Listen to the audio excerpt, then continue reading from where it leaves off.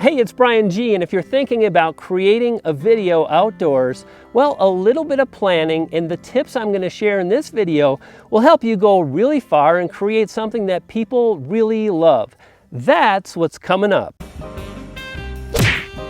Brian G. Johnson.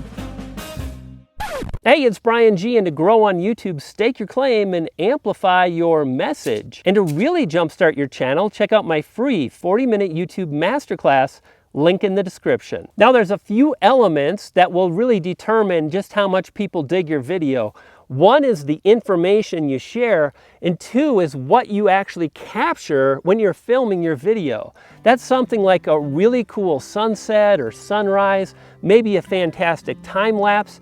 The more you think through, just a little bit, 10 minutes on the front end will allow you to plan for a really great video, so begin there. Once you know the topic of the video and the keyword you're going to target, then spend maybe 5 minutes and just create a few bullet points of the points you want to cover in your video itself. Now, that's where most people kind of leave it. They have a few bullet points, but what you want to do is think about how you can craft and tell a story with the video you publish.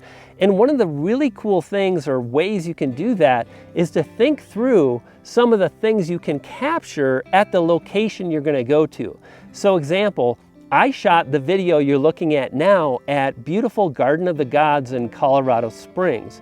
And furthermore, I knew I wanted to get there at sunrise so I could capture some really cool B-roll, just like, again, you're looking at right now. And I thought, well, I'm going to be there in the morning and I'm going to be creating a video about this other YouTuber, so I could begin the video by saying something, you know, this morning when I started my day, and then I can show that sunrise footage. So I'm talking about the thing that's actually being shown in the video itself. This is a great way to create a simple story. Really think through what you're going to film, when you're going to film it, and what you want to capture, and kind of combine all of these things into a story, and that'll keep viewers watching. Next up is lighting. One of the reasons I wanted to get to the park really early in the morning is, number one, fantastic, amazing lighting. That's the sunrise, followed by golden hour. There's something really beautiful about soft light. That's why we use soft boxes when we create videos indoors. We don't want harsh light, so if you're filming in the late afternoon as the sun's going down, or in the early morning as the sun is coming up, you're going to really be able to capture beautiful light. That's far more powerful than buying a $2,500 camera. Just wake up and plan your video shoot around the sunrise or the sunset, if at all possible.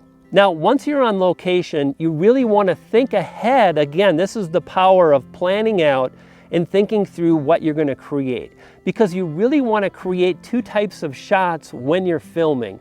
One is the A-roll. That's the primary storyline that you're narrating in the video. That's your gameplay. Whatever the footage is, it's you kind of talking through what you're sharing in the video itself.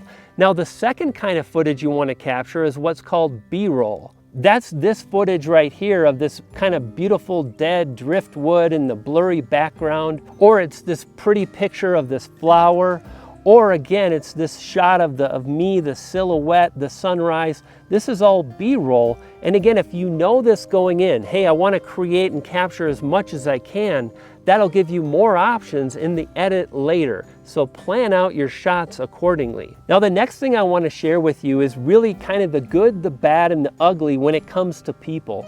A lot of times we can be really self-conscious about people being around us, but if you do this a little bit, you're actually going to find it can be really powerful and it can help you make a great video. However, yes, it can be annoying. There can be people right up in your shot. Like right now I'm filming, I just had a woman run by her dog, and that was fine, no big deal. I took a pause, I collected myself, I petted the dog, and I moved on.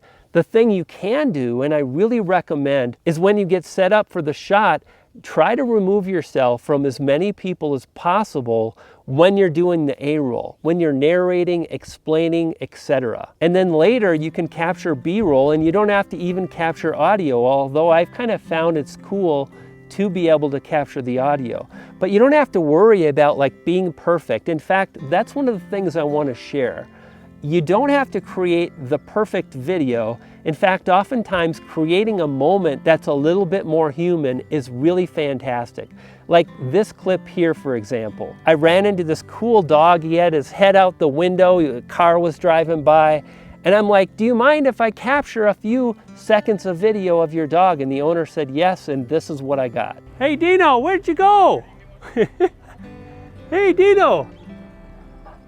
Thanks, Dino. What's awesome is I get to incorporate that into my video, just like another clip here.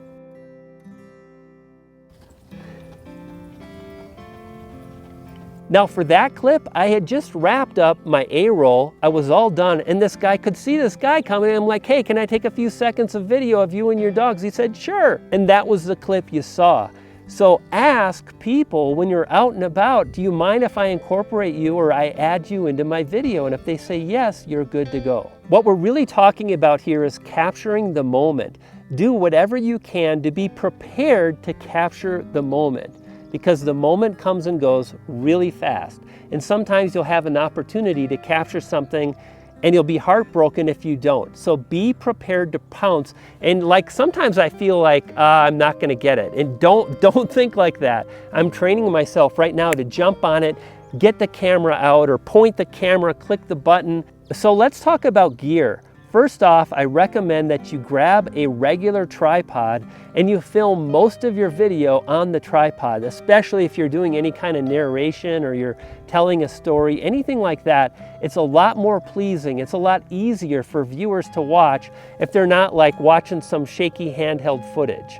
And furthermore, if you use a tripod, it will help you create really smooth and cinematic video just like you're watching now. In fact, when I capture most of my B-roll, I actually use this tripod and I hold up the entire tripod, kind of like you're seeing right now, and it creates a much more stable and pleasing image that I use for the B-roll. So a small tripod is also really nice to have because it does allow you to capture kind of like handheld footage. All you need is a few seconds of a flower or a cactus or a fern. Whatever you're looking to capture, having both is really, really helpful. I love this setup because I can carry this in my pocket. I carry the tripod. It's really a lot easier than you might think. Now, another thing to plan for is make sure your phone is fully charged and bring several batteries with you so you don't run out of juice. Really important. Now, a few more things you can do to take your video to the next level. Think about adding pleasing music that really matches the vibe and tone of your video. Oh, and do this. Check out the video on the screen now to learn more tips and strategies to get the most out of your video. Do that and you'll feed a poodle. I've got 2 poodles and they're hungry. You dig?